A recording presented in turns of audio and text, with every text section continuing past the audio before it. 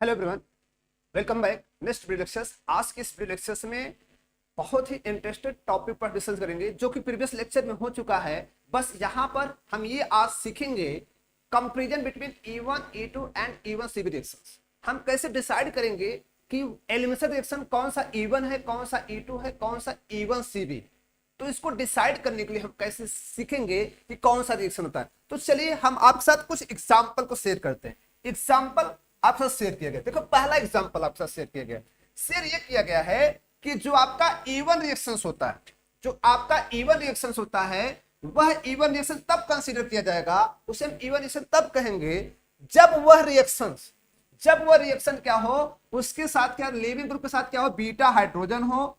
Leaving group हो, उसके साथ क्या बीटा हाइड्रोजन हो। दिख रहा है बीटा हाइड्रोजन, लिविंग ग्रुप भी और बीटा हाइड्रोजन हो। लेकिन वह रिएक्शंस क्या हो रहा हो, किसके प्रेजेंटेशन में हो रहा हो, बिग बेस के प्रेजेंटेशन हो रहा है। किसके प्रेजेंटेशन हो रहा है, बिग बेस के प्रेजेंटेशन हो रहा हो। और जो टेम्परेचर हो एट रूम टेम्परेचर, मतलब जो हीट दिया जा रहा हो वो किस पर हो, एट रूम टेम्परेचर पर हो। तो वह रिएक्शन किसको फेवर करता है, E1।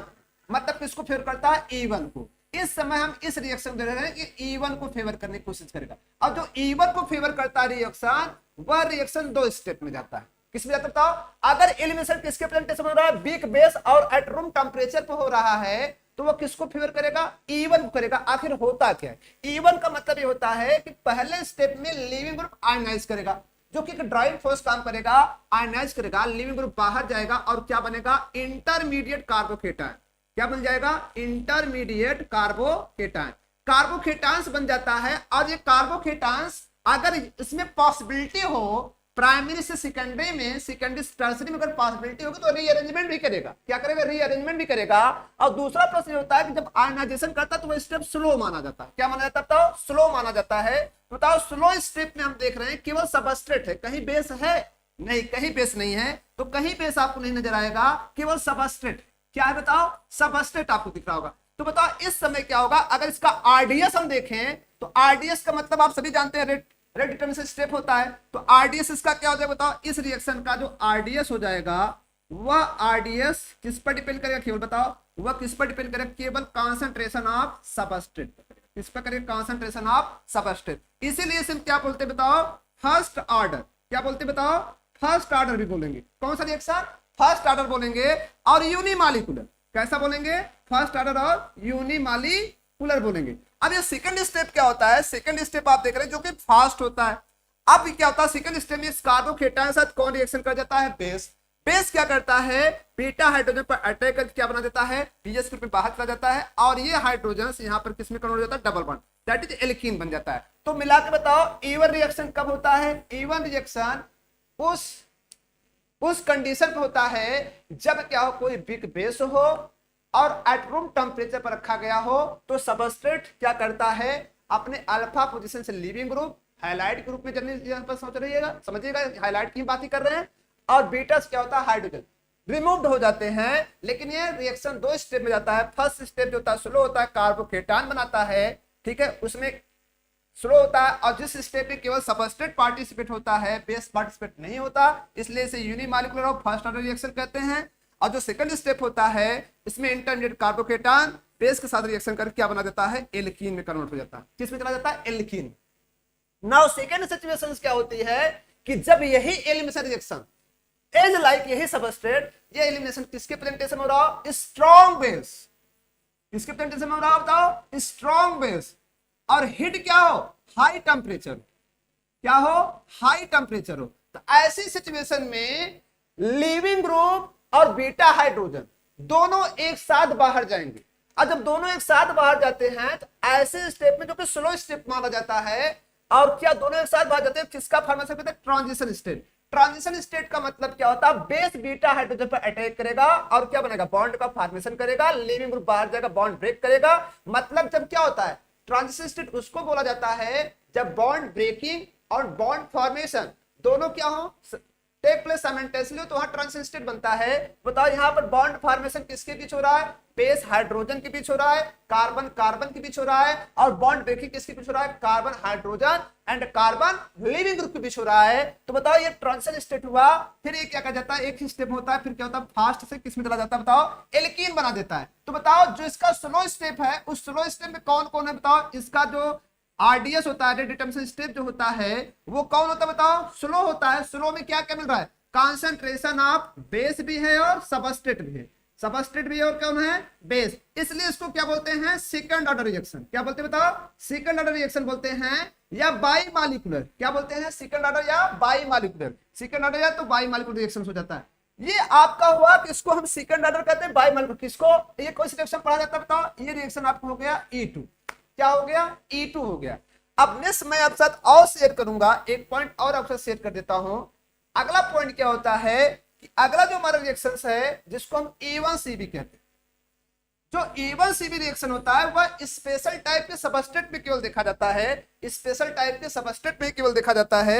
आखिर कैसे सबस्ट्रेट हो जिसमें पाया जाता है, उस टाइप के सबस्ट्रेट में पाया जाता है जिस सबस्ट्रेट में पूवल लिविंग ग्रुप हो और मोर एसिडिक हाइड्रोजन हो, पूवल लिविंग ग्रुप हो और मोर एसिडिक हाइड्रोजन हो। दैट इज मैं कह सकता हूं आपसे कि बीटा हाइड्रोजन हो लेकिन उसके साथ क्या जुड़ा हो, -I ग्रुप जुड़ा। क्या जुड़ा हो, -I ग्रुप जुड़ा हो। तो बताओ यहां पे क्या होता है, और सेकेंड सिचुएशन क्या होती है, स्ट्रॉन्ग बेस हो। क्या हो, स्ट्रॉन्ग बेस। तो यहां पर मैं आपके सामने शेयर किया हूं, तो ये जो बेस होता है, ये बेस बीटा हाइड्रोजन पर अटैक करता है, जो कि फास्ट इक्विलिब्रियम रिएक्शंस होता है, और इंटरमीडिएट क्या बनाता है, कार्बो एनायन। क्या बनाता है, कार्बो एनायन। और इसमें आप देख रहे हैं सबस्ट्रेट और बेस दोनों होते हैं, लेकिन ये फास्ट होता है। फिर कार्बो एनायन इंटरमीडिएट फिर किसमें चला जाता है, स्लो स्टेप में आता है, और क्या बना देता है, एल्कीन बना देता है, डाइक्लोरो डाइक्लोरो डाइफ्लोरो एथीन बना देता है। तो ये जो आपका रिएक्शन है, इस रिएक्शन में अगर देखा जाए तो स्लो स्टेप आपको दिख रहा है, फास्ट। बताओ इसका जो आरडीएस होगा, इसका जो आरडीएस होगा स्लो स्टेप बताएगा, और स्लो स्टेप केवल क्या है, कार्बोकेटायन है। तो बताओ जब कार्बोकेटायन है तो इसका मतलब केवल कौन है, इंटरमीडिएट कौन है, कार्बोकेटायन। मतलब ये रेट जो इसका रेट ऑफ रिएक्शंस होगा, आरडीएस होगा, वो किस पर डिपेंड करेगा, कॉन्सेंट्रेशन ऑफ कार्बोकेटायन। तो कॉन्सेंट्रेशन ऑफ कार्बोकेटायन मतलब किसका है, सबस्ट्रेट का है। तो हम इसको सबस्ट्रेट में देखेंगे।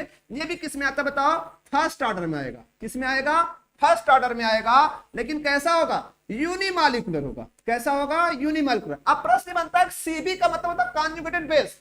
अगर ये हाइड्रोजन, जब कोई भी स्पीशीज, जब कोई एसिड हाइड्रोजन को लॉस करके जो एनानिक आयन बनाती है, जो एनानिक कंपाउंड बनाती है, उस एनानिक कंपाउंड को कॉन्जुगेटेड बेस कहते हैं। बताओ ये क्या किया, H+ को लॉस कर दिया, कार्बो एनायन बनाया, तो ये कार्बो एनायन को क्या बोलते हैं, कॉन्जुगेटेड बेस भी कहते हैं। क्या कहते हैं, कॉन्जुगेटेड बेस। तो बताओ इसका मतलब ये जिसका आरडीएस है किस पर डिपेंड कर रहा है, समझ लो। जो हमने यस लिखा था उसको आप मान लो क्या है, कॉन्जुगेटेड बेस की कॉन्सेंट्रेशन डिपेंड है। अब कॉन्जुगेटेड बेस कॉन्सेंट्रेशन डिपेंड होने की वजह से इसे फर्स्ट ऑर्डर क्या बोलते हैं, फर्स्ट ऑर्डर या unimolecular CB reaction, unimolecular CB reaction कहते हैं। That is E1CB reaction, E1 conjugated base elimination reaction बोलते हैं। इसलिए बोलते हैं, ये तो इतनी बात हो गई कि हम कैसे डिसाइड करें कौन सा E1 है, कौन सा E2 है, कौन सा E1CB है। अब इसके साथ साथ हम थोड़ी सी और बात करते हैं, और बात ये करते हैं कि जो आपको और हम आपको बताते हैं इसमें और क्या होता है, और आप बताइए। चलिए इस पर हम डिस्कशन करते हैं। डिस्कशन ये होता है कि जो E1 होता है और ये E2 और आपका क्या है बताओ, E1CB। बताइए ये कितने स्टेप वाला होता है, ये 2 स्टेप होता है।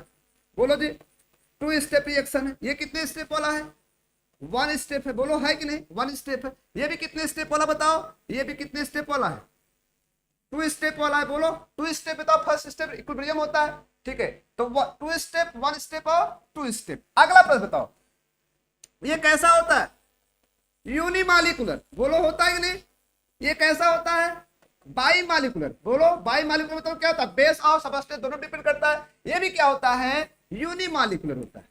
क्या होता है, यूनिमॉलिक्यूलर होता है। बोलो होता ही नहीं। अगर इसको देखें, इसका ऑर्डर ऑफ रिएक्शन क्या होता है, फर्स्ट ऑर्डर होता है। ये क्या होता है, सेकंड ऑर्डर होता है। और ये भी कैसा होता है, फर्स्ट ऑर्डर। बोलो फर्स्ट ऑर्डर होता है नहीं बताओ, ये भी फर्स्ट ऑर्डर होता है। नेक्स्ट कंडीशन अगर हम देखें, कंडीशन नंबर नेक्स्ट की अगर हम बात करें, इसमें क्या बनता है, बोलो इसमें क्या बनता है, जल्दी बताएं। इसमें बनता है इंटरमीडिएट कार्बोकेटान, बनता नहीं बताओ, इंटरमीडिएट क्या बनता है, कार्बोकेटान बनता है, बोलो बनता है नहीं बताओ। लेकिन इसमें क्या बनता है, इसमें तो ट्रांजिशन स्टेट बनता है, क्या बनता है, ट्रांजिशन स्टेट बनता है। लेकिन इसमें क्या बनता है, इसमें इंटरमीडिएट कार्बो एनायन बनता है, क्या बनता है, इंटरमीडिएट क्या बनता है, इंटरमीडिएट क्या, कार्बो एनायन। तो बताओ इंटरमीडिएट कार्बो एनायन किसमें फॉर्मेशन करता है, बताओ C1CB में। अब अगला प्रश्न देखो, C1CB को अगर बात करें, नाउ 5 पॉइंट की बात करेंगे। जो 5 पॉइंट होगा रिएक्टिविटी को लेकर होगा, किसको लेकर होगा, रिएक्टिविटी को लेकर होगा। तो यहां पर हम आपको बताएंगे जो टर्सरी होता है एल्किल हैलाइड, वो more reactive compare to secondary, फिर मोर देन क्या होता है, प्राइमरी। क्योंकि हमने फैक्ट पढ़ चुका है, E1 की भी रिएक्टिविटी क्या होती है, टर्सरी में ज्यादा होती है, और E2 को भी क्या होती है, ज्यादा होती है, टर्सरी, सेकेंडरी एंड प्राइमरी। लेकिन इसमें क्या होता है, E1CB तो कुछ पार्टिकुलर ही सबस्टेंस में होता है, कुछ पार्टिकुलर सबस्टेंस में ही ये पाया जाता है। तो इसके लिए हम कोई विशेष बात नहीं करेंगे, ठीक है। नाउ 6 पॉइंट के लिए हम बात करेंगे, 6 पॉइंट के लिए मैं बात करेंगे कि अगर वो प्राइमरी है, ध्यान समझिएगा, अगर वह, ध्यान समझिएगा कि जो आपका E1 होता है वह सेटजेप प्रोडक्ट देता है। कौन देता है बताओ, सेटजेप। सेटजेप का मतलब ये क्या देता है बताओ, ये आपका देगा सेटजेप एंड हाफमान। ये सेटजेप भी देता है और कौन देता है बताओ, हाफमान भी देता है, सेटजेप भी देता है और हाफमान। दैट इज रेडियो सिलेक्टिव होते हैं, रेडियो सिलेक्टिव होते हैं। बताओ इसी को हम क्या बोलते हैं, रेडियो सिलेक्टिव बोलते हैं, रेडियो सिलेक्टिव। रेडियो सिलेक्टिव का मतलब जो डायरेक्शन बताता है, किस डायरेक्शन से बीटा हाइड्रोजन क्या होगा, एलिमिनेट करेगा। अगर वहां पे 2 बीटा कार्बन हो और दोनों बीटा के पास हाइड्रोजन अलग अलग हो, सेटजेप ने बताया था उस बीटा कार्बन से हाइड्रोजन एलिमिनेट करेगा जिसके पास हाइड्रोजन कम हो, और हाफमान ने बताया था जिसके पास हाइड्रोजन ज्यादा हो। तो बताओ यहां पर जो E1 होता है सेटजेप देता है, लेकिन E2 सेटजेप भी देता है और हाफमान देता है। हाफमान किस पर डिपेंड करता है, हाफमान डिपेंड करता है nature of substrate, nature of base, बोलो, and nature of living group. तो हाफमान क्या होता है, हाफमान क्या होता है, लेस सब्स्टिट्यूटेड एल्कीन होता है। लेकिन जो आपका सेटजेप होता है मोर सब्स्टिट्यूटेड एल्कीन होता है, दैट इज ये एल्कीन जो होगा वो बल्कि होगा। अब बताइए इसमें जो होता है हमेशा ऑलवेज क्या बनता है, हाफमान ही बनता है। कौन बनता है बताओ, हाफमान प्रोडक्ट बनता है। किसमें बताओ, इसमें जो होता है, जो आपका E1CB होता है उसमें केवल कौन बनता है, हाफमान प्रोडक्ट ही बनता है। लेकिन इसमें क्या होगा, E1 में सेटजेप होगा। नेक्स्ट पॉइंट को हम देखेंगे, पॉइंट नंबर नेक्स्ट आपके साथ शेयर करेंगे 7 पॉइंट। 7 पॉइंट अगर हम बात करें, ये तो ये जो रिएक्शंस होता है स्टीरियो, जो इसका स्टीरियो सेलेक्टिव भी नहीं होता और न ही क्या होता है स्टीरियो स्पेसिफिक, ये नहीं होता।